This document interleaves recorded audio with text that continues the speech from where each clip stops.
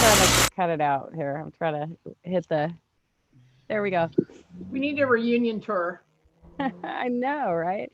Didn't they? I thought they did. Okay, but anyway, let's go ahead and get started. Let's do introductions. I'm Jenna Beck. I'm from Aliso Viejo. I'm the chapter leader for PDA South OC.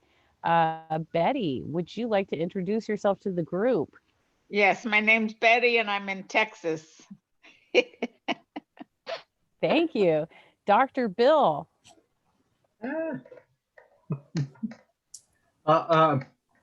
Yeah, thanks. That song is only 2 chords. That's so powerful. Who knew that 2 chords could be so powerful? So yeah, hi everybody. Bill Honigman. I'm a retired emergency room physician. I live in more central Orange County nowadays. Previously, a longtime resident in South Orange County, and I head up the Greater Orange County chapter of PDA, and was very eager to see Jenna develop the South Orange County chapter, and hopefully, and we have Rich Procida developing the North Orange County and East LA County chapter of PDA, and I am the California state coordinator. So this is all good in my opinion. And also I head up our national healthcare issue team working on Medicare for all. Thank you. Jonathan. Hello, Jonathan Adler, Laguna Woods. Is there a focus question at all? No, because we're going to have pretty much general discussion on lots of topics today. So Okay. yeah, we're not going to do that. And so is there any other vital element that I've omitted? You said you're from Laguna Woods. Do you want to talk about, say, whatever your involvement in like Democratic Party or progressive politics?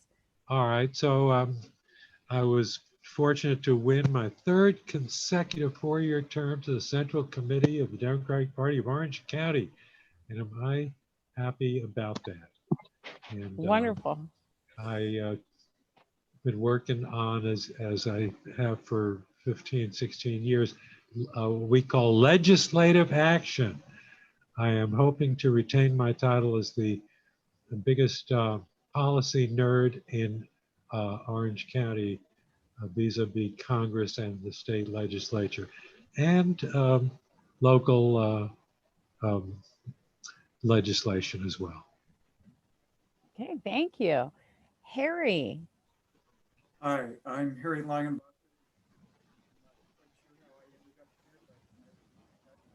We have to speak closer to your microphone. Okay, sorry. Let me see if I have the right microphone. But, oh, let me try this.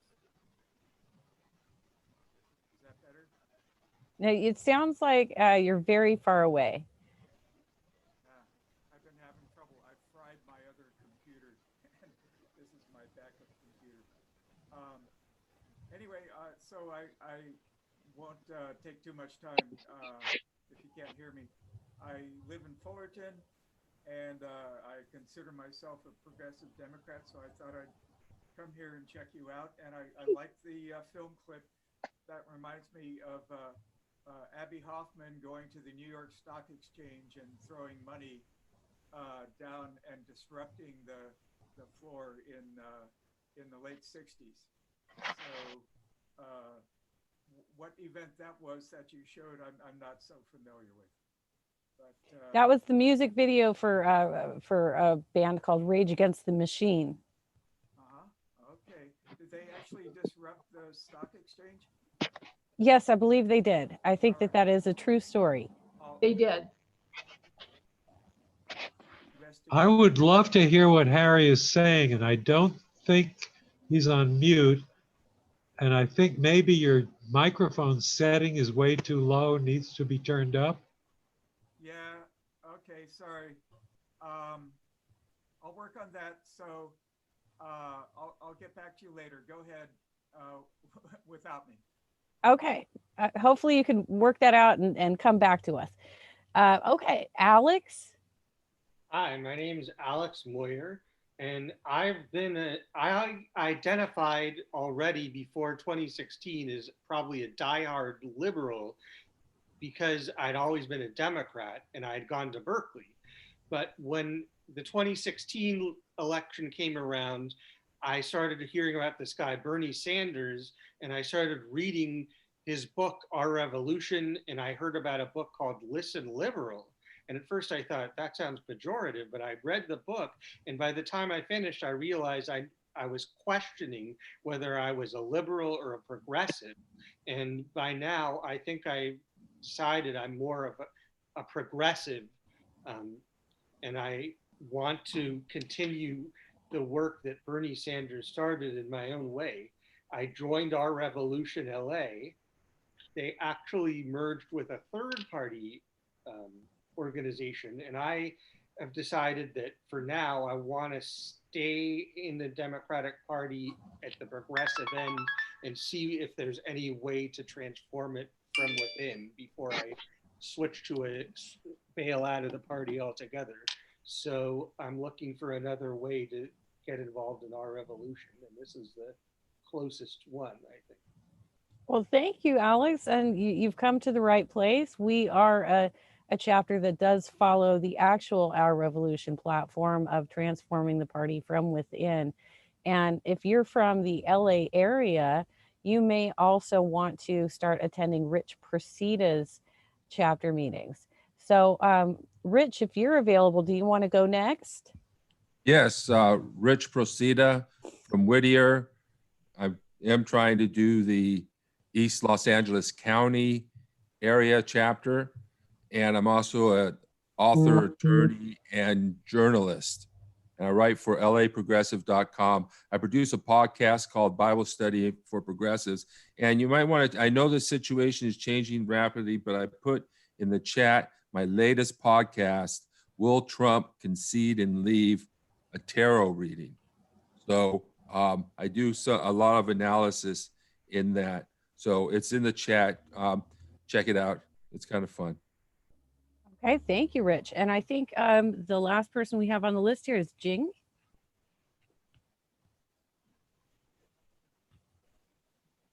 Yeah, this is Jing. Yeah, I come from the urban area, and just curious to see this group.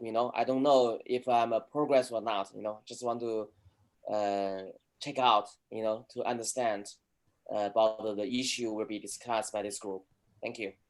Okay, well, thank you so much for joining us. So I'm just going to kick us off with a little bit of chapter business, and then we'll just start talking about a few different topics. We are going to wrap up a little bit early today because Did you want me to go? I didn't oh, go. I'm sorry. Did I skip you? I'm so sorry, Danette. My apologies. The names bounce around. I'm so sorry. That's okay. Okay, so I'm just introducing myself. I work for PDA, California. I'm a field coordinator, special projects, work a lot with Dr. Bill and Mike Fox and Dan O'Neill. And yeah, what else do you want me to say? That's it. For now, because everybody's going to talk ultimately. And I do apologize. I legit did the exact same thing to Lee Fink when we had the city council forum. So I apologize. Okay, so I just want to kind of get through the chapter stuff pretty quick so that we can get into the topics that we're going to talk about. So first of all, we have a couple of things that we do in PDA, and I'm going to see if I can pull up my screen so I can talk about these things. I can now close Rage.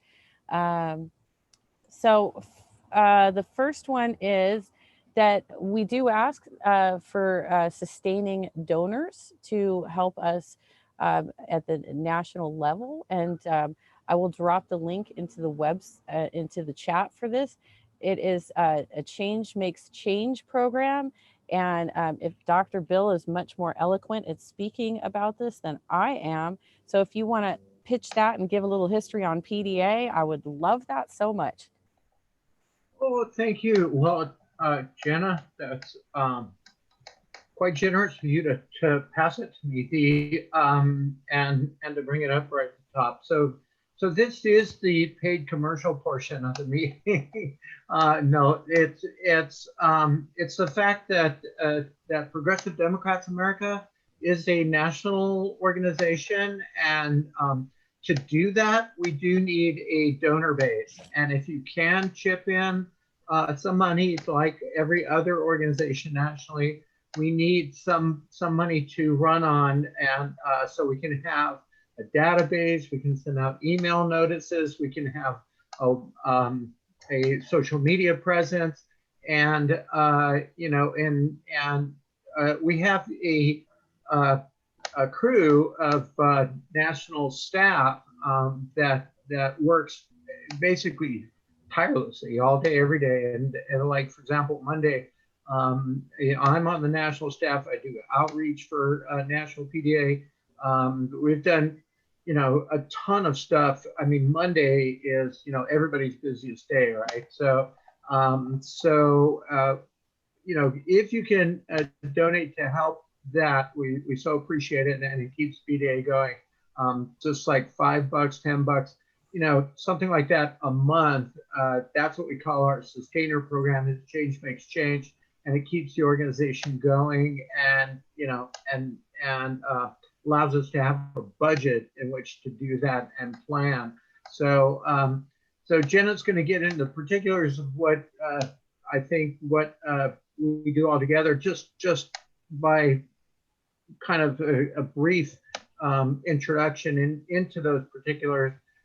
We started in 2004 during the Democratic presidential primary, when the Democratic National Convention met and decided on John Kerry as the nominee. And lots of the delegates attending at the time didn't feel that he was a good choice, and they had preferred more progressive candidates, namely either Dennis Kucinich or Howard Dean at the time were considered much more progressive and likely to have beat the incumbent George W. Bush. So that's when Progressive Democrats America was founded. There was a wonderful leader here in Orange County for many years in Democratic politics by the name of Tim Carpenter. Many of us do, and he was very active in the county party, Democratic Party, as well as state Democratic Party. He subsequently moved to Western Massachusetts, but he founded the national organization, and with his own network of people, and it's kept going. He passed away 6 years ago now, and but those of us who knew him have kind of carried the organization along, and we do a tremendous lot of things. We're actually, I think, another name for, instead of progressive for PDA, instead of Progressive Democrats Americas, you could call us Progressive Democrat Activists, because we're so active. And one thing we do is a national virtual phone bank that we've had going long before COVID and the pandemic had people stuck in their homes, was to do phone banking across the country. We've been doing that for years now, and a national letter drop campaign, which we actually advocate for legislation with members of Congress across the country on a monthly basis, which no organization does on a regular basis except us. So, so there's programs like that we do, and it's worth supporting. So thank you, Jenna, for bringing that up and let me introduce PDA that way. Thank you. Sorry if I had some sound interference. I'm trying to get you guys the link so that you can actually share out the video. It may actually be having some sort of block issues with Facebook because I played Rage Against the Machine, so I might have to actually dispute that. So we'll see how that goes. But anyway, the next part of PDA that we like to talk about is the Educate Congress. I'm not sure if you were touching on that while I was trying to figure that out. But I did, just a little bit, yeah. You did, okay. So I think, did I drop both links, or did I just drop I think I just dropped. Yeah, you have the donate link, and then you have an Our Revolution SoCal video link. Okay, so I'm now putting the Educate Congress link into the chat as well. Good. Okay, so that's primarily the chapter business that we have to cover. And what we were going to do, this was going to be a decompression type of meeting of swapping stories of how we have volunteered over the last 4 years, or as Rich wanted to do, because he was so excited about his meeting that's coming up and the recent events that have happened as just like within an hour of the meeting. So I do have that. Let me show you what I'm talking about. And I'm sure most of you already know that this is already happening, right? So let me see if I can get the right window here. That's, I apologize that I'm still really not very good at this, but I'm trying to get better. Okay, so Donald Trump today tweeted, "I want to thank Emily Murphy at GSA for her steadfast dedication and loyalty to our country. She has been harassed, threatened, and abused, and I do not want to see this happen to her, her family, or employees of GSA. Our case strongly continues. We will keep up the good ... fight, and I believe we will prevail. Nevertheless, in the best interest of our country, I am recommending that Emily and her team do what needs to be done in regard to initial protocols, and have told my team to do the same." Okay, so we just got concession number 3. So Rich, do you want to talk about, I know you've got a lot of opinions about this. Do you want to kick off this conversation? Sure, sure. So what's happening, in my opinion, is that we are forcing him out. Everything that we've done to make sure the election was clean and fair, to make sure we got the votes out, all of that was not just to win the election, but to win it significantly, and to make sure there was the trainings to do de-escalation and to do poll watching, poll monitoring. All of that created a situation that put us in a very, very good position. And we are on a path to victory right now. Now, having said that, what's happening is we have to force Trump out of power. That's what we're doing right now. And in my view, I don't see how an authoritarian dictator willingly giving up power. So I'm not letting my guard down at this point. And also, I think there are ramifications of his refusal to concede. It has ramifications for the future of the nation. It has whether we're going to be able to, well, it has a lot of different ramifications that are skipping my mind right now because where's my notes? Here they are. So before this, I'd planned a meeting that would be about this. You know, the Republican Party's turn to authoritarianism, his abuses of power. How are we going to deal with a situation where the executive is allowed to abuse power and run roughshod over Congress? And how are we going to shore up our system of checks and balances? And what are we going to do about our democracy? We were on the verge of losing it if we didn't win it by as much as we did, if something happened. And even now, 70% of the Republicans say they believe that the election was stolen. And if he does decide that he's not going to leave, you know, what's going to happen then?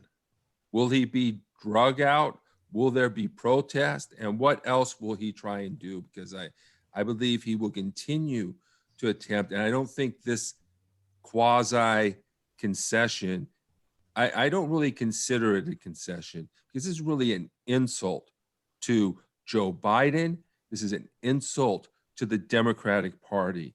And what Trump is trying to do is take Biden's presidency away from him. And how should we respond to these type of wanton and dangerous behavior. What's the appropriate response to that? And we've seen the Democratic Party and Protect the Results, they've had one response, but it has a drawback in that it sort of just lets everybody sort of almost act as if what Trump is trying to do isn't happening. And so, so now what I'm looking at is trying to do a presentation. I got I got Alan Minsky to agree to be on it. I'm trying to get other speakers to be on it. And I'm thinking of calling it the implications of Trump's refusal to concede and the Republican turn to authoritarian, or the Republican Party's turn to authoritarianism. I'm wondering what people think about that. And I have a lot of other technical questions about, you know, how to get the graphics out, whose Zoom account to use, additional speakers, and all of that. But as far as this discussion goes, I think now's not a time to let down our guard. And if anything, that's what Trump's want. Trump has not conceded.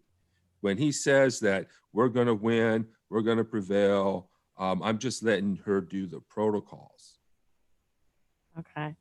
Thank you. And what time is your meeting going to be at on Sunday?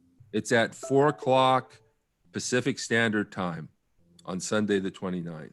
Okay. And you're still in the process of setting up your event page and the links for it, correct? Right. Yeah, I kind of need some advice on that. Okay. Okay. So we can work on that offline. And then Jonathan, I see that your hand is up. While you're speaking, I do have to run and get some Kleenex because my nose is running. But if you finish before I come back, folks, feel free to jump in. And for anybody who jumped in late before introductions, if you want to jump into the conversation, please just introduce yourself because we already did that part. Okay, so Jonathan, take us away. Jenna, I have some Kleenex here. Is there any way I can like share my screen and give it to you? No, I've been having, honestly, because it's so dry, I've been getting like bloody noses. Okay, so first a quick random thought. Don't get your Kleenex quite yet, Jenna. Just a quick random thought. Jing's son, when he introduced himself, said, I think you said basically, I'm here to find out and see if I'm a progressive, which reminds me that we ought to have something like, remember the Jeff Foxworthy thing, you know you're a redneck if, you know, that's the comedian. We ought to have, you know you're a progressive if, or you know you're not a progressive if, and have a lot of funny stuff like that. But that, all right, so that's the end of my passing thought. Well, I know you like comedy, so I bet you could write that for us. Well, I have too many other things that are ahead of that on the list, but go get your Kleenex now. Okay. So let's see, I basically agree with Rich, but I do want to point out that we really dodged a bullet here. We came pretty close to really being in trouble regarding protecting our democracy, only because of the utter incompetence of Trump himself, his administration, the people he appoints, inability to think beyond the next 6 minutes, to do any planning, strategizing, and just think that we won Wisconsin by about 10K votes, Georgia by about 12K, and Arizona by, I think, like 14, 15K votes. And that adds up to 37 electoral votes, which if you take away from 306 would have left it at a tie at 169. So even if it had come down to one state, it would have really given a lot more energy to, his effort in the courts. Where I disagree with you slightly, Rich, is I think that by going through the courts, and making such a utter disaster of those efforts, and having such incompetence as Giuliani and what's the name of the tall lady? Just make fools of themselves And fortunately, the more responsible law firms pulled out, not wanting to get sanctioned by a court. But, but for that, we would have been in more of a fight. So I think that given that, I'm not saying that Trump conceded or ever will. I mean, at least the transition is going forward. What he has in mind, obviously, is keeping control over the Republican Party, keeping them all in terrorem, fearing a tweet, to delegitimize the Biden presidency. And this is all made possible by the 77% of Republicans who voted for Trump, which constitutes 30% of the electorate, that believes that the election was won only because of, fraud and rigging. So what we really ought to be focusing on is this very difficult, tricky business of how you get to somebody who is deep within a cult, deep within a set of conspiracy beliefs, not just, quote, unifying doesn't do much good when you're dealing with somebody who doesn't even accept your basis of factual reality. Those are really the challenges. That's enough for me to say about this current topic. At some point, Jenna and folks, I'd like to say something very briefly about the two very important things that I'm working on right at the very moment that have not been at the forefront of the PDA or the Progressive Caucus meetings and agendas, namely how our California initiative process has been totally taken over by huge, big money corporate money. And do you realize that Lyft, Uber, and DoorDash put in $226 million to pass Prop 22? I think it's the largest amount ever spent on any California election. Our newly elected 25-year-old assemblyman, I think from San Jose, his name is Alex Lee, promises a bill to try to get corporate money out of, the initiative process and elections generally. But that's impossible currently with Citizens United protecting their right to independent expenditures. Closely related, there was just a series of expose articles on Alice Huffman. Wait, hold on a second. Are you just going and transitioning into this conversation? Are you telling us everything or? No, yeah, I'm saying I'm too much detail. All right, so that's one issue. I won't go further into.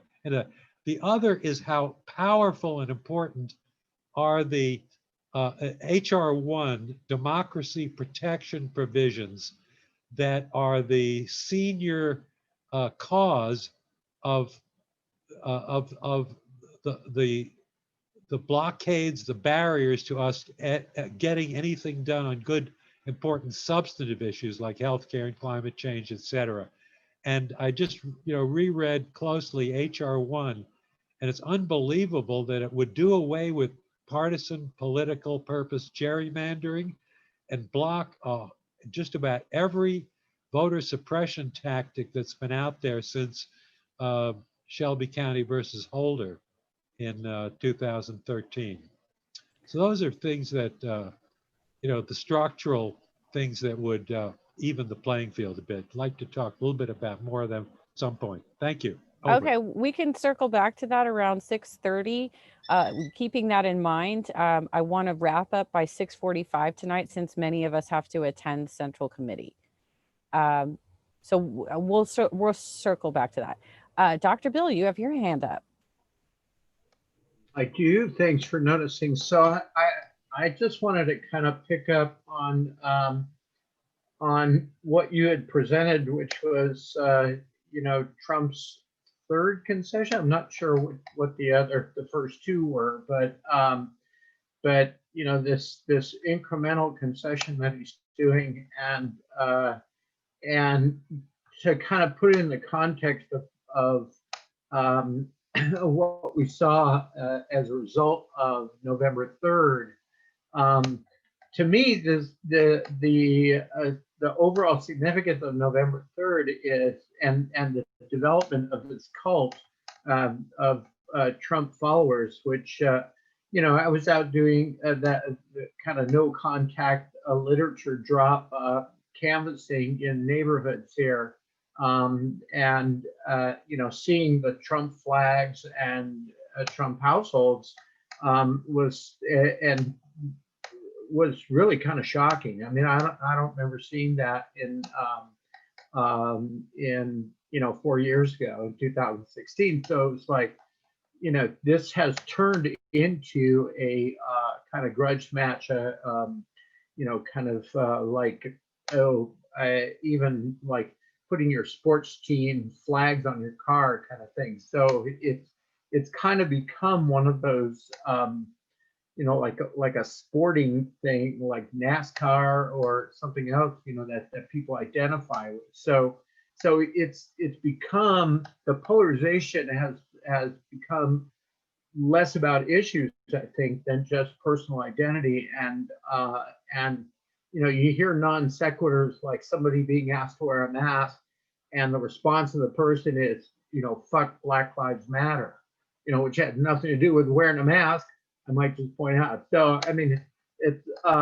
totally incongruous. So to me, the act of Donald Trump conceding has less significance than the fact that we're going to be dealing with this development of a cult for some time still, and the cult that's here now demands that it no longer be looked at as linear, that we can't see ourselves as center right, center left, and that whole discussion about what is progressive, and what do we have in common with those neighbors who have Trump flags, on their houses, or driving around on their cars, with Trump flags, because we do have things in common. I mean, climate change is affecting all of us.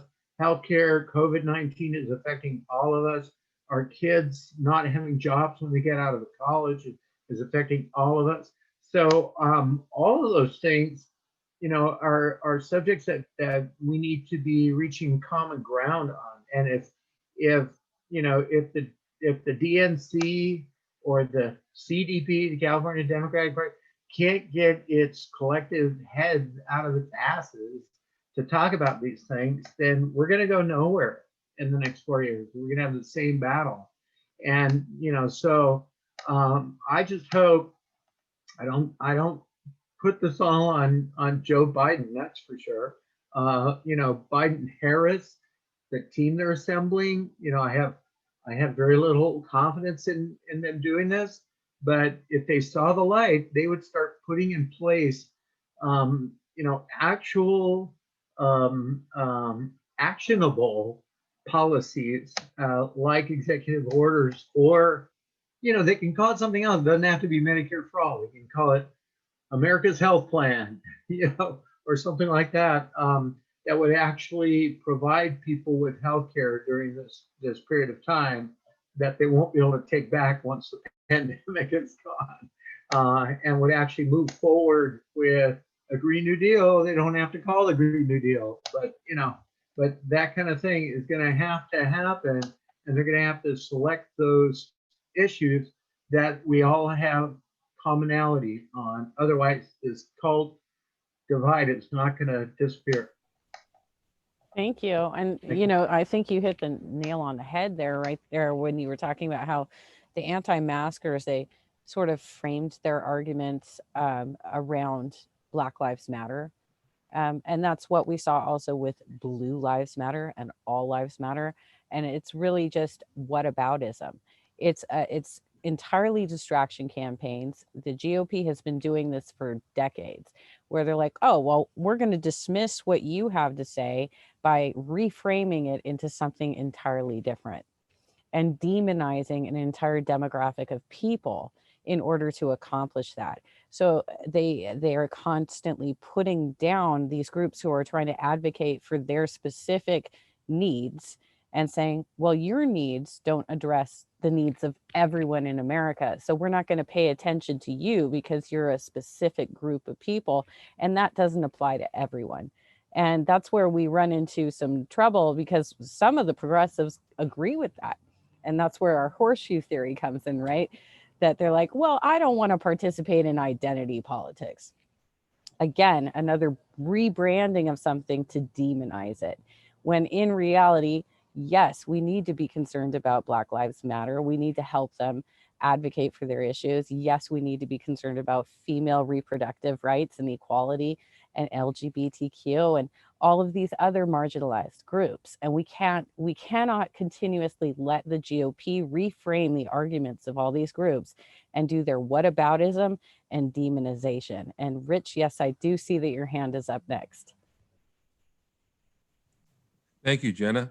And I do agree with everyone. And I do agree with what Jonathan said as well. And I think one of the things, as far as what we have in common, I think both sides came out because they were told that democracy was at risk. And so Americans believe in democracy. And we're going to have to deal with this problem we have where disinformation can be disseminated to masses of information, people who will just suck it up and act on it. How are we going to deal with that form of magic in a way, if you read my tarot card reading? And it's also important to recognize something that we've learned from cults, because like we've said, this is a lot like a cult, is that very intelligent people can be deceived. And so we need to recognize that when we think about Trump supporters and these lawyers who is saying crazy things that are really insane and nonsensical, and yet obviously this person is a very intelligent person. So yeah, we need to see that not only in those other people, in our opponents, but also in ourselves. Recognize in ourselves that even though we are intelligent, even though we are aware, we can be deceived as well. And so in some ways we need to turn away. Sometimes we spend a lot of time looking at the buffet of progressive and liberal ideologies and labels and programs. And we might need to turn around and look the other way sometimes. There's a large part, I think, of what's going on here is just a different culture, God and country, traditional moral values type of culture that we're dealing with.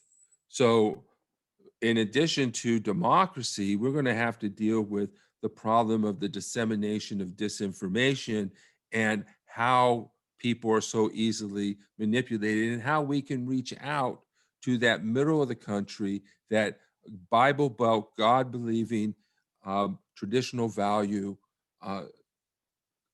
hard work, individualist type of culture that exists in much of our rural areas. Thank you, Rich. Danette, I do see your hand up. I don't know if you're having a hard time raising it. And I might still have you as host from the last time we did this. That could be right, yeah. I actually wanted to disagree a little bit with you, Rich. I think you're referring to Giuliani. I don't think he is intelligent. There's several forms of intelligence. He might have book learning, but he's definitely not emotionally intelligent or yeah, I don't agree with that. I think there's something in their past that makes them act this way. I don't know if Trump has something on him. I don't know if it's just a power thing, but I disagree. I don't think they're smart people at all. I wasn't actually referring to Giuliani. I was referring to that woman. Yeah, I think a lot of them. I mean, I think that we'd be in really big trouble if we had someone with Trump's proclivities that was actually smart. That's where you get into really scary ground. But I don't think a lot of them are very smart, thankfully, because we would be in a different boat right now if they really knew what they were doing. Rich, I'm not sure if you're aware of this, but she got fired over Twitter yesterday. Yeah, I know. I saw that. Yeah, that's the one I was talking about. I forget what her name was. Sidney Powell, I think. Sidney Powell. That's right. Yeah. I mean, she's got a law degree. I mean, she went to law school, you know, what can I say? I mean, She was intelligent. also representing who was that other guy that's still fighting? Carson somebody, right? He's still fighting federal charges for Russian connections.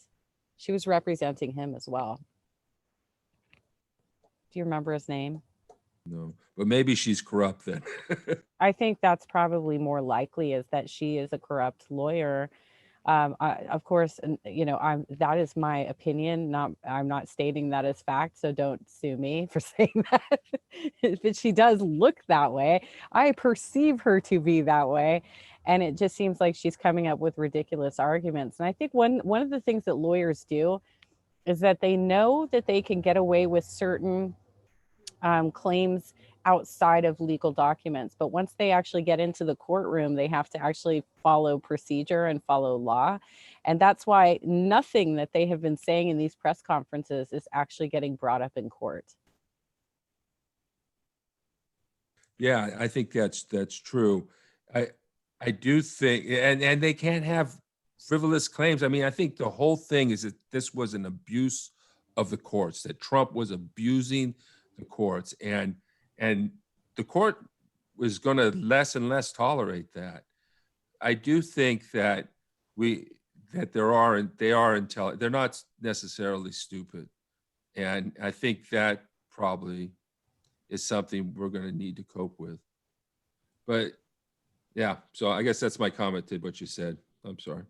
No problem. Does anybody else want to weigh in on this subject before we go to just sharing, anybody who wants to share a story about like a highlight of your volunteer experiences over the last 4 years? So real quick, you know, with Sidney Powell, she left the field open. She was glad that the court rejected her because now they could take it to the Supreme Court. So that means Trump can, you know, email and text all his followers, oh, I need money. I need more money for this. See how we're going to win this case. We're going to take it to the Supreme Court. So I think she's just, I think she's a fucking nutcase cult Trumper. Oh, that's it. You know, Betty, I actually was kind of thinking the same thing when I saw this go down, is that they were actually setting it up for the case of having an incompetent lawyer so that they could set up for the appeal. Mm-hmm. And money. And money. It's about money. Yeah. Anybody else before we transition to the next topic? Yeah. Can you hear me now? Yes. Yes. Yay. Is that better? Okay. Sorry about that. The one nagging thought I've had, well, my hope is that Trump's defiance now and these legal cases are part of his typical pattern of falsely claiming he's going to sue people and resist. Like he said, he would never settle his university fraud case, but he just let it go. You know, I know he's entirely unpredictable. The thing I think he's going to turn over the government to Biden, but I also think he's going to try to continue to be a cult leader. And I'm afraid that there are militants around the country that are waiting for his activation call, and they're going to want to be the first to kill somebody or something. I really worry about that. But I think I try to be optimistic more than some people. I think this is a good sign. They actually sent a letter to Biden saying they're going to start the transition. So that's what I have to say. And I'm glad to hear my microphone is working. I may be going back and forth because I'm hosting Housing is Human Right meeting at 5 o'clock, but I'll try to turn the host over to someone else, but I run the Zoom. Okay, thanks. Thank you, Harry. Yeah, absolutely. I think those are reasonable fears. We've seen that it's already happened he's already dog whistled white nationalists and militia armies. And they have responded to the call, sometimes in pathetic ways and sometimes in devastating ways where they're actually hurting people. But the one where they showed up in Oregon, I think, went poorly for them. It was a much smaller turnout than they were expecting, and they were completely overwhelmed by the Portland turnout. Yeah, you don't want to go into Portland if you don't have the right numbers, because Portland's been doing this all summer. Okay, last call for anybody who wants to weigh in on this discussion. All right, so I'm going to transfer it to the next discussion, which is I just wanted to say, Jenna, I may turn it into a podcast if that's okay with everybody. So let me know if it's not okay. just that segment of the meeting. Yes. Okay, as long as you credit us and tag us. Okay. And just make sure you're crediting and tagging us. That should be fine. Awesome. Okay. So the next portion of the meeting is just anybody who wants to share, like, what, because a lot of us just got into politics. Some of you are veterans and you've been doing this for a very long time, but some of us just got in for the first time. So are there any highlights or experiences that you want to share about your journey from 2016 to 2020? And if nobody raises their hand, Harry is raising his hand. Like physically raising his hand. Do you want to talk, Harry? If not, I'm going to call on Danette. Okay, no, I'm muted now. Sorry. Okay. Yeah, the highlight, I just retired in 2016. Unfortunately, my retirement was ruined by Trump. And I joined Indivisible in District 39 here. And I can't believe what we did. We got rid of Ed Royce. We showed up at his office or one or more of his offices every week until he quit.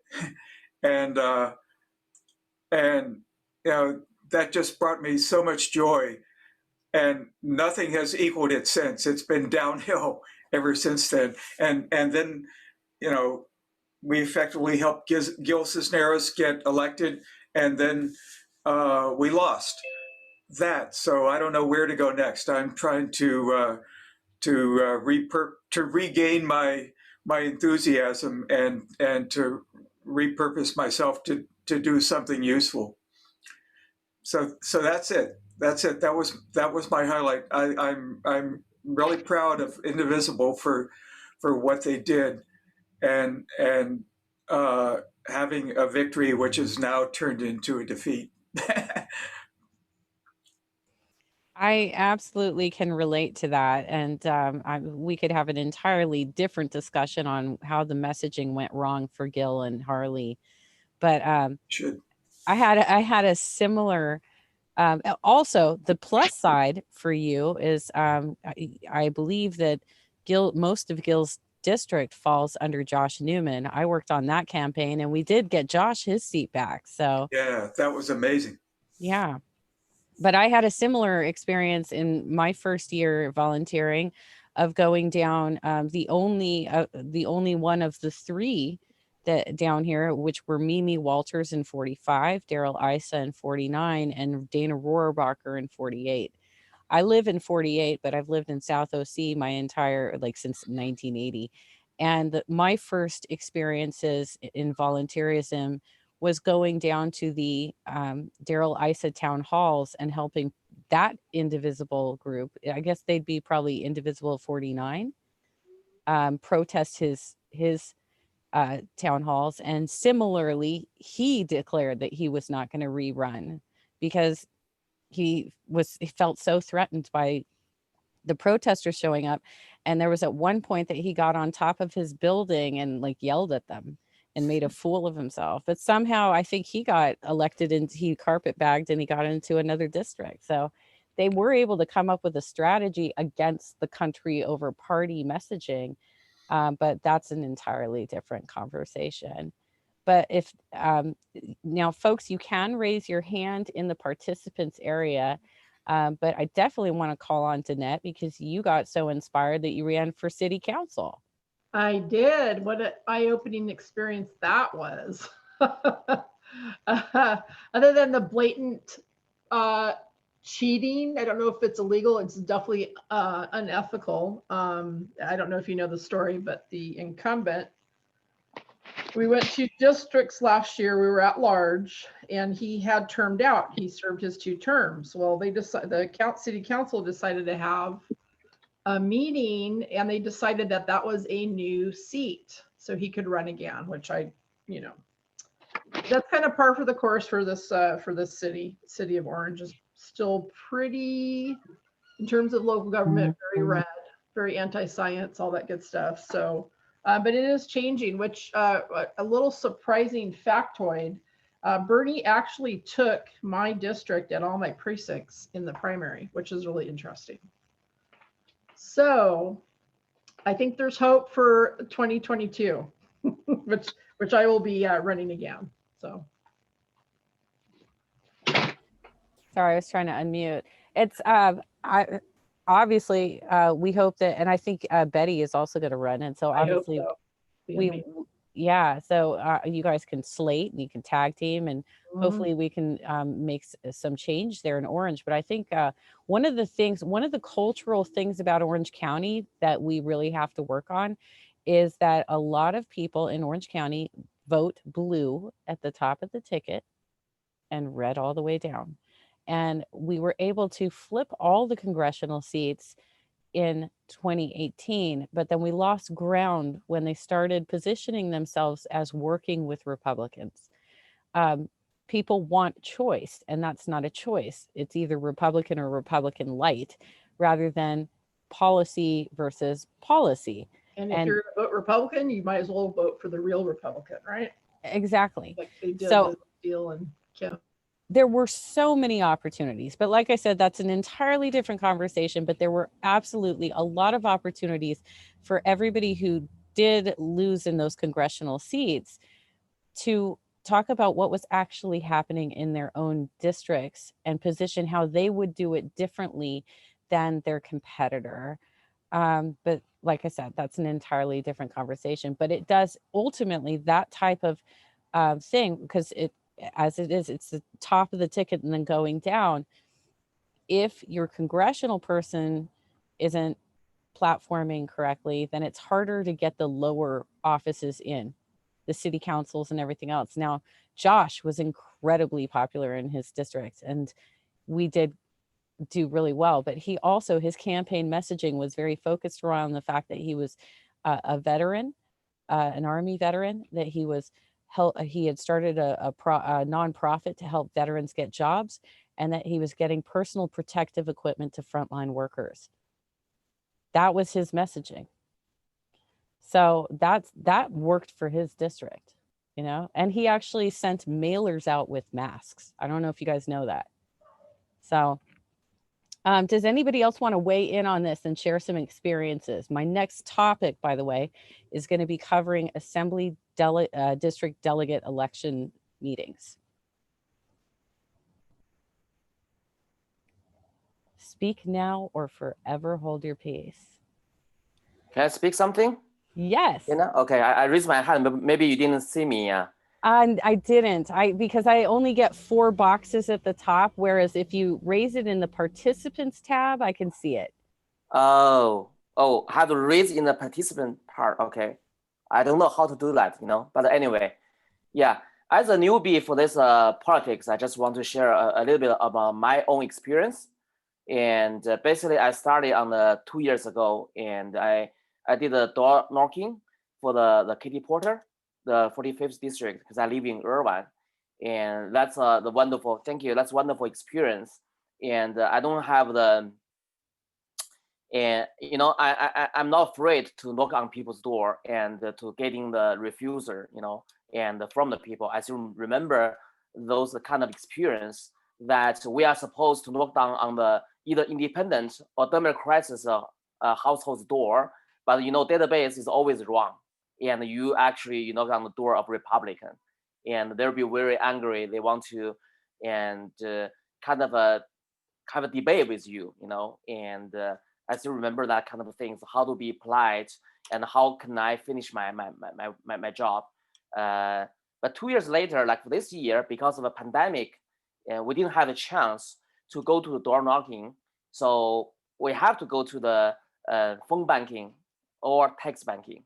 And for myself, the first choice is door knocking. Since the first choice is gone, then I pick up the second choice, phone banking, because I was same thing. I was do the phone banking for the like a city council and contestants, for the Katie Porter, for the Congress women, and also for the Proposition 16. So I was pretty busy with doing lots of phone banking, and I think I get a very, very good. I feel right now I feel more comfortable.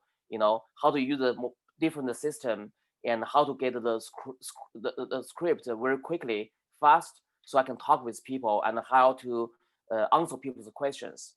And I didn't get a chance to do the text banking. And I don't know. I was wondering which one will be more effective between the text banking and the text banking. And right now, I don't know yet. But I think after Thanksgiving, I will continue working with some of the Chinese living in the Georgia, and try and do the phone banking for that the two Senate runoff. And doesn't matter the result, but I think it's better. It's good for us that it's especially as the Asian Americans, we can unite it nationally. Not just only locally. We can unite nationally. We can help each other to do the campaign, to do the phone banking when they need the money, when they need the more hands, so we can just go in. So I'm looking forward to that. After Thanksgiving for another month to do the phone banking. Yeah, that's just the thing I want to share with the group here. Thank you. Thank you, Jing. I think, I think you're right. There's different levels of effectiveness, and it depends on which demographic or age range you're going after. For example, a lot of older people still don't have smartphones, so they can't get texts. And in many cases, they still don't have the call ID, so they're willing to pick up the phone for you, right? But the younger generations, the Gen Zs and the millennials, they don't even want to answer the phone for any numbers they don't recognize. So it could really go one way or the other. Thank you. And Alex, I see you have your hand up next. Yeah, I think one thing I did over the past 4 years to contribute in my own way is during the height of the Black Lives Matters protests, I wrote an editorial and submitted it to a bunch of different newspapers and online publications. And I eventually got it published in an online publication. And it was in defense of Black Lives Matters, and specifically saying why it's actually offensive to say all lives matter, and why people should not use that phrase, even though it may seem on the surface to be unoffensive.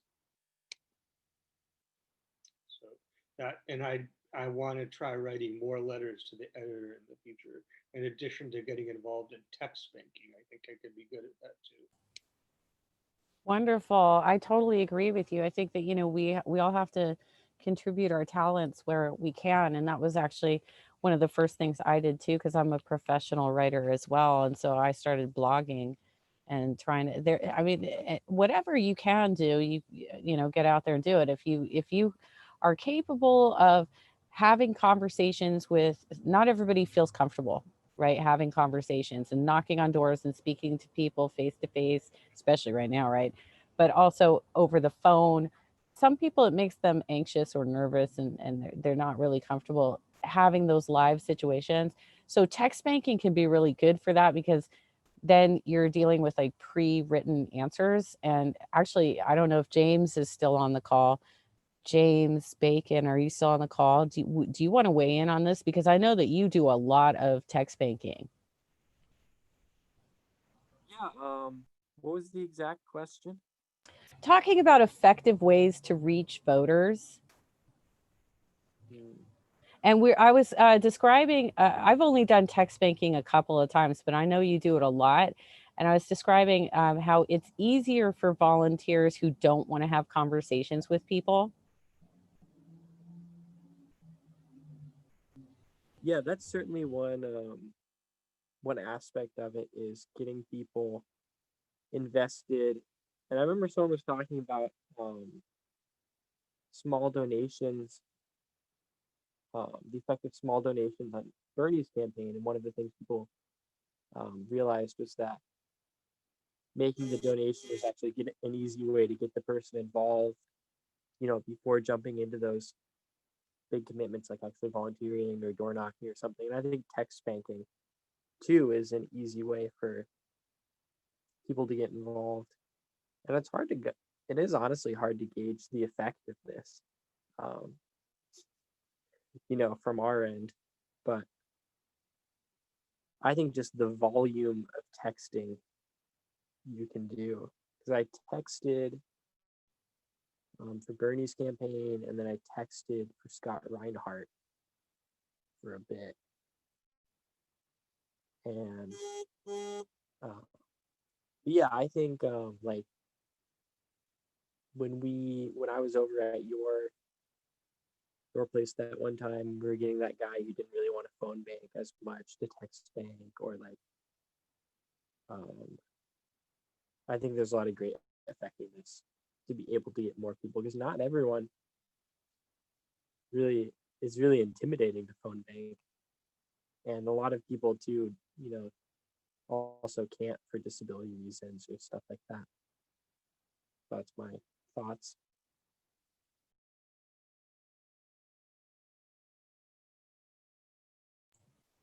Thank you. Thank you, James. Yeah, James came out when we were phone banking. When I was a Bernie victory captain, we did a ton of canvases, and then we were so effective at the canvases that they pulled us off that and asked to start phone banking instead. And so James came up to my house, and we did have a fella who was experiencing some anxiety. I trained him. I went through it. I showed them the calls, how it's done. Like I took a couple of calls in front of them, and he was really experiencing some anxiety around this. And once we also at the same time were having technical difficulties, the dialer was not working very well for us.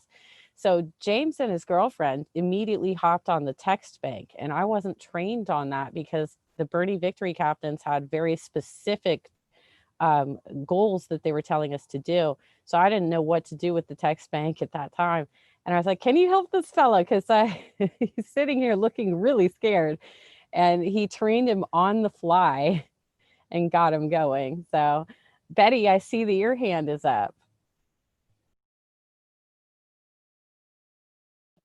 So I just wanted to make a comment to Jin Sun that, for Georgia, specific to Georgia, they don't have a lot of infrastructure, so they really need phone bankers. A lot of people don't have the economic, to access smartphones, but a lot of them still have landlines. So phone banking is really the most effective way to work with Georgia, to help Georgia right now, which isn't true a lot of other places, but Georgia's sort of behind the times, so to speak. Thank you, Betty. Thank you, Betty. Thank you, Betty. Appreciate it. Yeah. I'm also going to conclude the conversation just throwing in there that a lot of people are writing postcards right now. And that's a really effective way too, because as Betty said, they don't have a lot of infrastructure. But consider how you feel when you get a handwritten postcard versus a mailer, and you get somebody's personal words in their handwriting. I mean, isn't it much more exciting to receive something that's personal like that, and a personal appeal? So you might want to consider looking into. There are a lot of groups throughout the country right now that are postcarding to Georgia. So check that out as well. Okay, so with that, I think I've covered everybody. And what I want to do is a brief discussion about the upcoming assembly delegate elections. And is Alex still on? Because he was the one that was asking about this. Yes. So Alex, you mentioned that you had interest in working with to reform the Democratic Party and to help the, go that direction, because it's an existing platform that we know actually works, and we know we could actually get in there and influence.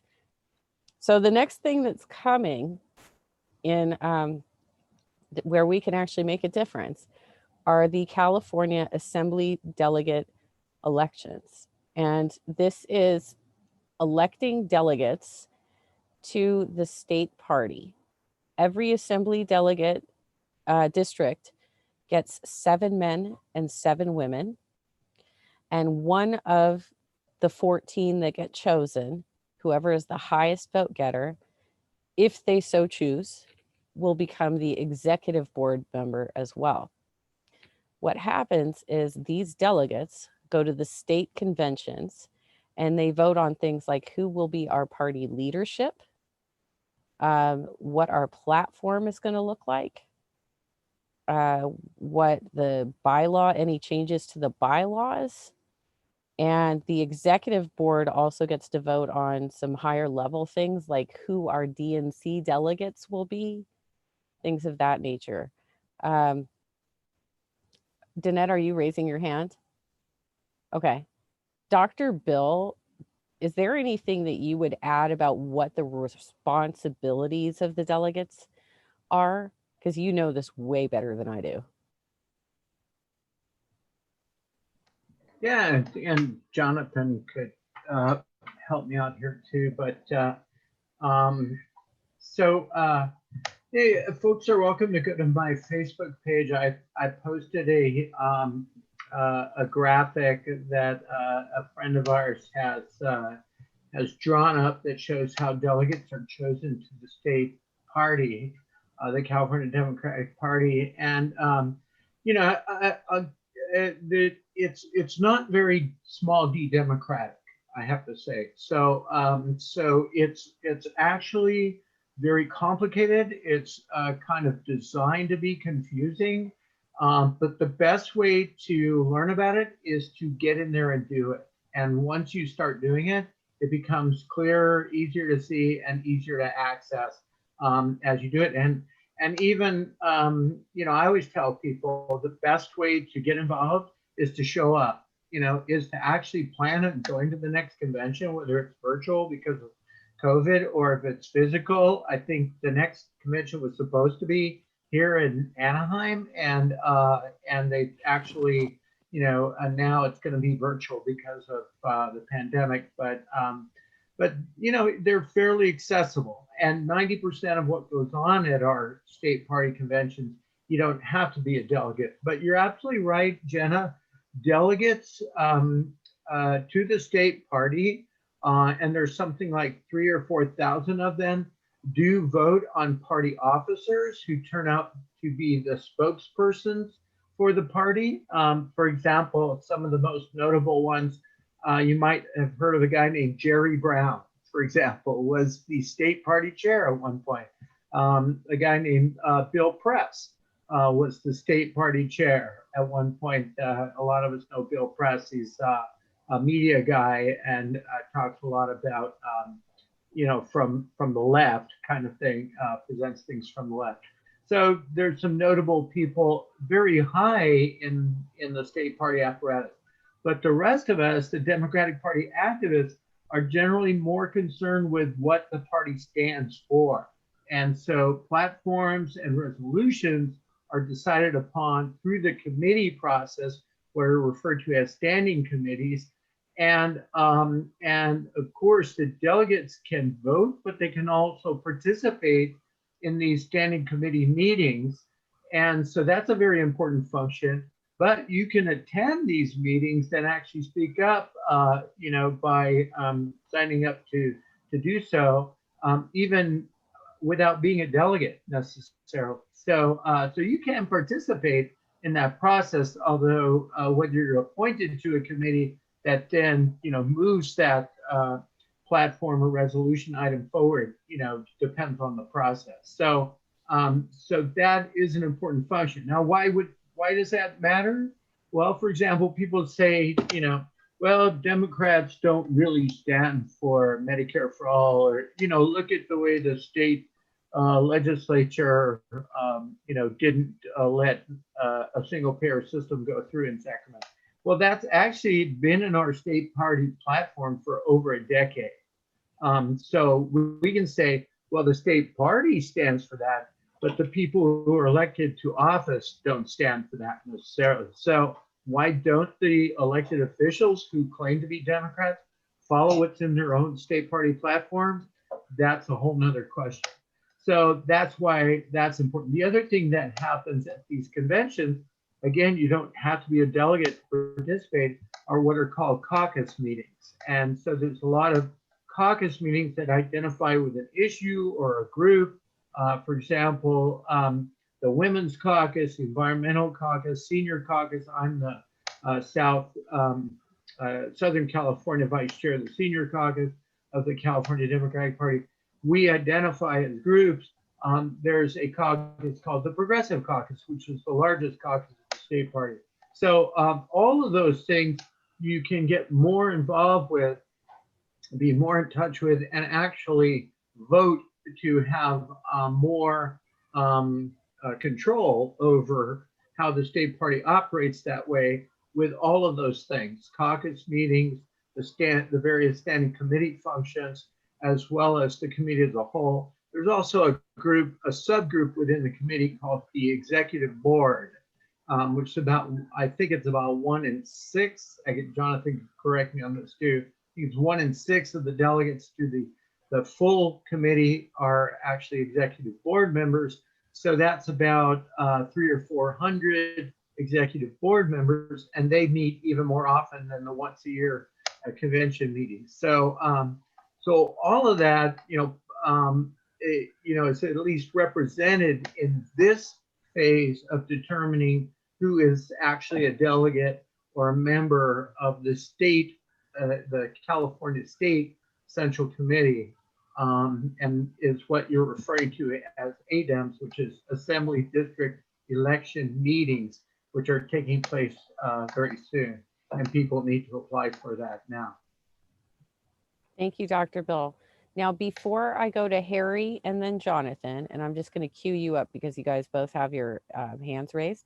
So it will be Harry and then Jonathan. I just want to drop some quick deadlines and facts. If you want to run in your district for Assembly District Delegate, you have to register by December 15th. It's important that you register earlier rather than later because they are putting our names on the ballot in the order in which we register. You must have already been a registered Democrat and voted in the last election as a registered Democrat. That is not the case if you just want to vote. If you want to vote in your Assembly District Delegate elections, then you need to register by January 11th as a Democrat, and you have to register to vote by January 11th as a Democrat. But within that links, we've been dropping the links in the chat. It's adem.kdem.org. That's where you go for all of this information. You can vote in your local caucuses. It's all vote by mail this year. There will be drop box locations if you're uncomfortable with USPS, given what Trump's done to it. And there are 2 weekends that they're going to be running the elections. The first weekend will be January 15th, and the second one is 2 weeks out from that because they skipped the Martin Luther King Jr. weekend. And those will be the 2 weekends that they're putting drop boxes out where if you want to drop your ballot. Otherwise, you can stick it in the mail and you're fine. And the other thing is, as Dr. Bill said, we're in a COVID-19 situation right now, so the meetings have been remote. But ultimately, we will not be doing that anymore. We will be doing these things live again. There is a cost involved, and it generally runs around $2,000 to $3,000 a year. Now, some of the people who are experiencing financial difficulties have crowdsourced in order to get themselves to these conventions. And sometimes they also partner up with other assembly delegates to do like shared lodging to bring their costs down. So there are ways that you can do it. If you're an effective fundraiser, you can handle it that way, but know that there is a cost involved. Okay, I'll give it to Harry, and then Jonathan, just go right after him. Okay, thanks. Yeah, I am an assembly district delegate in AD 65. I was elected in the last election. And first thing I learned is if you make a mistake in your statement, you're not allowed to correct it. And I said, I'm proud to run for AD 55 instead of 65. But I was elected largely due to my involvement with Indivisible. At the time, a lot of people got to know me. I came in 6 out of 7, but I didn't know what to expect, and it wasn't what I expected. I thought, I would be mentored and I would be integrated into the system, but that never really happened, at least to me. I had a whole lot of fun going to the convention in San Francisco and seeing all of the candidates and going to the caucuses. Since I was elected, I could vote my own way, right? So I voted against Rusty Hicks because I was disgusted that he had been bribing people by offering them hotel money. It cost a fortune to go to the hotel and to park up there. And I voted not for my first choice, but for the person I thought was most likely to defeat him. I liked another person the best, but anyway, Rusty Hicks won, and I told him, congratulations, anyhow. But I'm not going to run again because a lot of people in there I saw do take it a lot more seriously than I do, and they seem to fit in and know what to do and get involved, which I never did. It's not the same as protesting against Ed Royce, and I think it's a worthwhile thing to do. I don't want to discourage anyone, but the caucuses were interesting. I did vote for people to head the caucuses. I was interested in the IT caucus and I'm not a veteran, but I was interested in the Veterans Caucus and the Progressive Caucus and the Environmental Caucus. Those were interesting to go to. And, I should have gotten involved in those caucuses and committees, and I should have submitted propositions to be voted on and so on. But so maybe next time, even if you don't get elected, 2/3 of the delegates come from other sources. 1/3 come from people, candidates. Okay, so both Josh Newman and Sharon Quirk Silva offered to appoint me as one of their delegates. And I said, no, I'd rather, run. And but you can be appointed by the incumbents or the most recent candidates. You'll find out if you go and look into it. And you can be an alternate. So if someone doesn't go, you can go in their place, or even if they do go, you can still go and have more access than an observer. So there are a lot of ways to get involved, and I did really enjoy it. And I guess that sums up my experience with it. Thank you. And thank you, Harry and Jonathan here. Quick question, Jenna, are you still on there? Jenna? Yeah, Jenna? sorry. Yes, I just muted. Sorry. When you said $2,000 to $3,000, what were you talking about? Hotel, travel, all the fees involved, food. Oh, goodness. Don't scare people like that. That's the number that Deborah was putting out, and that's what they put out on the information call on last Friday too. So all right, well, forget about that. And I didn't Uh, spend that much money. It wasn't cheap to go to San Francisco, but besides that, well, I didn't have any expenses. let me just say that the conventions are in San Diego. When they've been to San Diego, I've commuted. You know, we're an hour's drive down. I go, you know, drive down in the morning, go back, sleep in my bed, and turn around, commute. Sometimes the Southern California one is in Anaheim, which is no sweat, no cost, no hotel. They're in Los Angeles. That's a commute. San Jose, I don't have any special connection. San Francisco, I stay with my sister and brother-in-law, and the flight is cheap. Sacramento, the flight isn't that expensive, and we know the good, you know, uh, decent and inexpensive hotels. And it's only what, Friday night, Saturday night, it's only 2 nights. So, you know, and the fee you can get a waiver if you need it. So the expense is a lot less.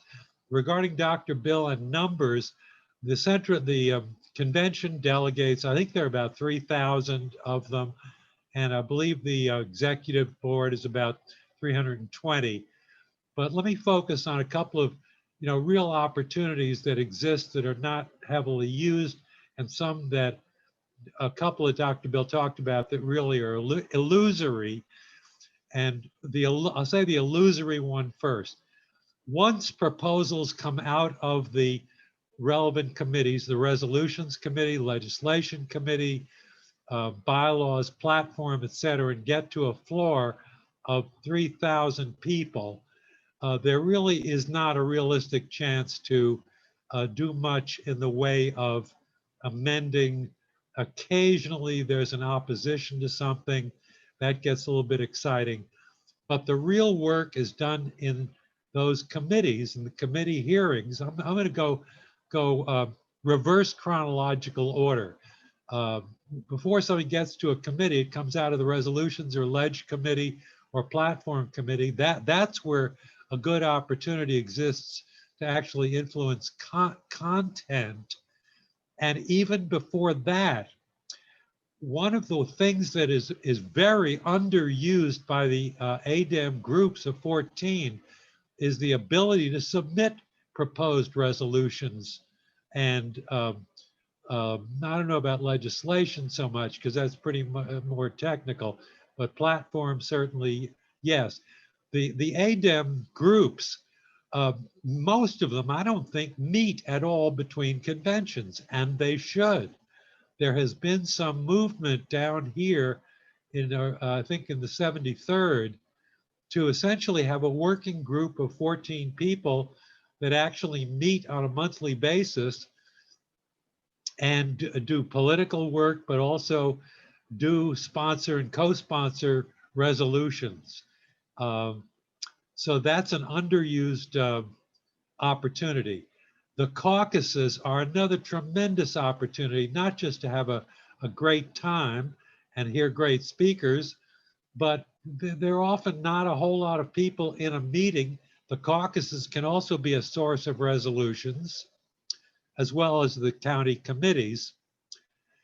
And I must say, you know, just the energy of it, the excitement of the event, with the biggest of the big shot candidates walking the corridors, and you can go up and talk to them, have a very decent conversation with them.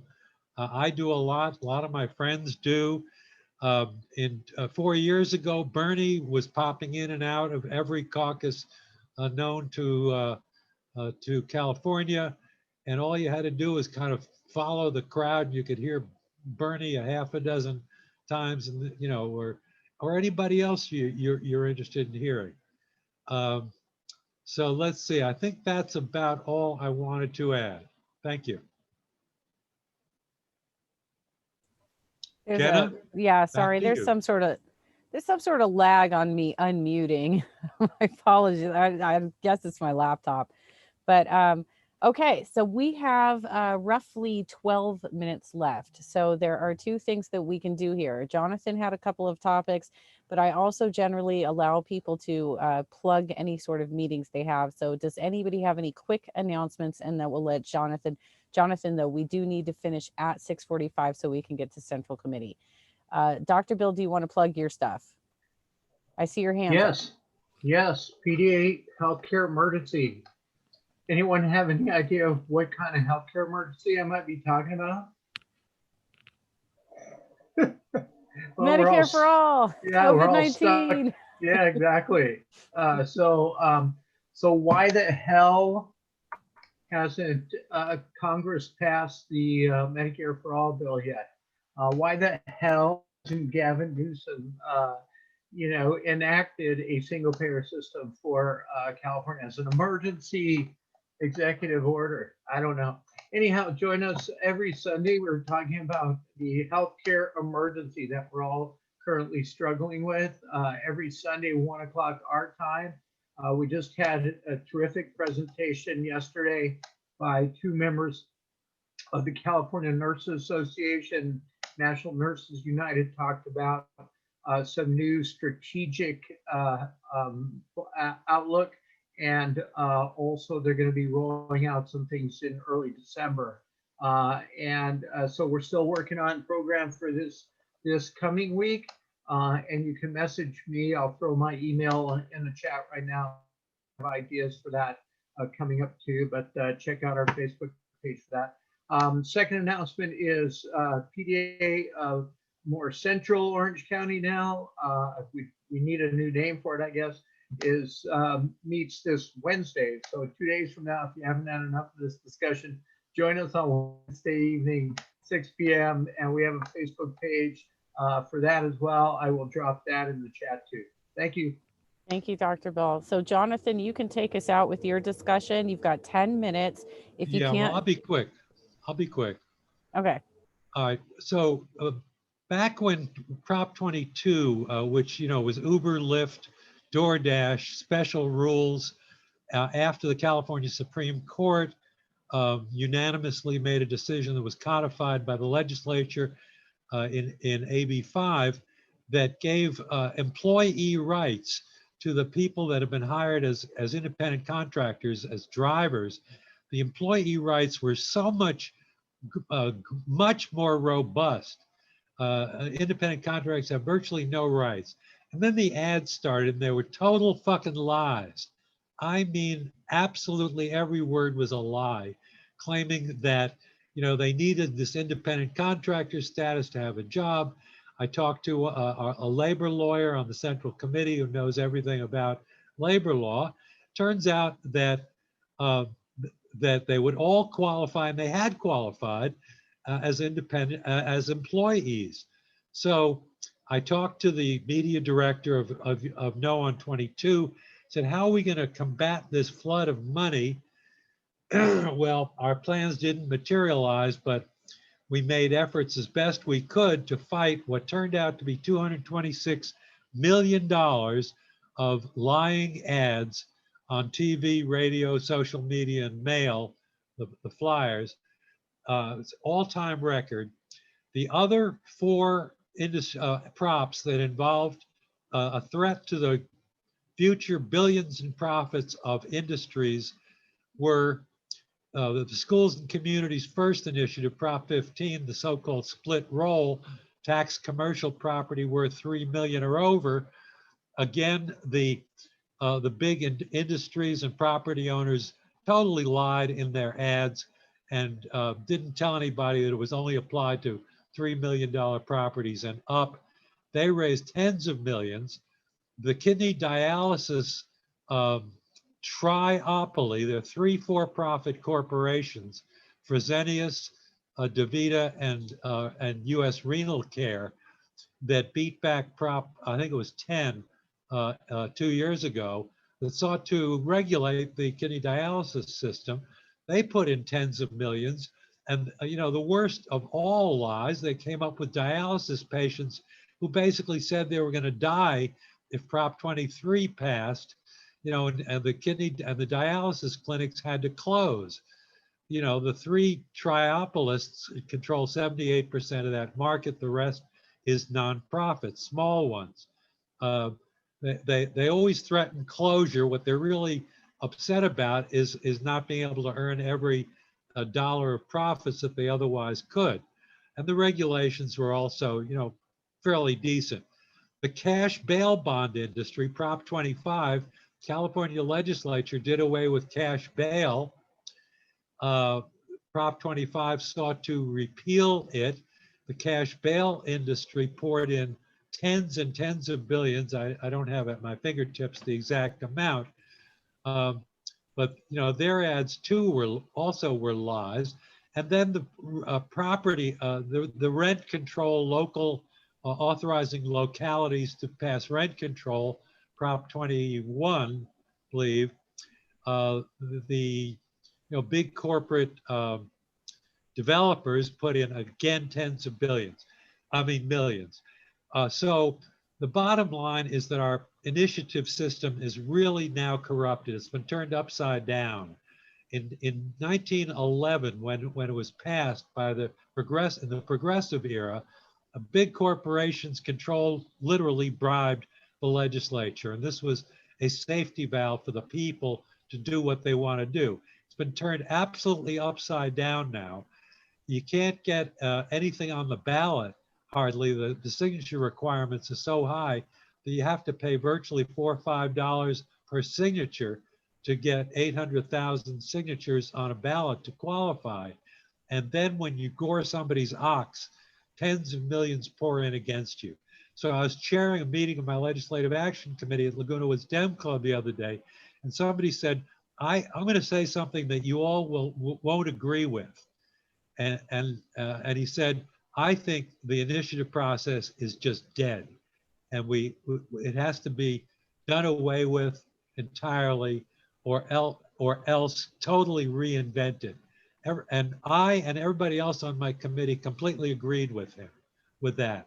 So I just want to throw that out as an issue whose time I think has come, that between Citizens United that lets corporations put in as much money as they wish in unrelated expenditures, and their ability to write laws for themselves, the initiative process is just dysfunctional. You could call it electile dysfunction if you like, although you don't have to.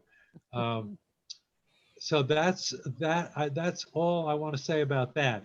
The other thing is that this Georgia election is so important because, as you know, control of the Senate turns on it. McConnell vowed to make Obama a one-term president, acted as such. He's completely unprincipled. His whole principle is power. And it's the difference between stalemates, gridlock on the one hand, or progress on the other.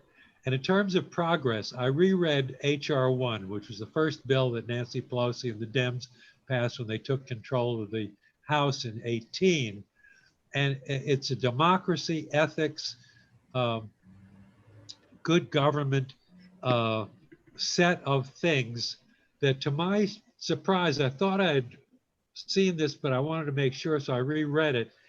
It would, as you know, the Supreme Court last year took the federal courts completely out of the area of partisan purpose redistricting, said the Fed courts can't do it.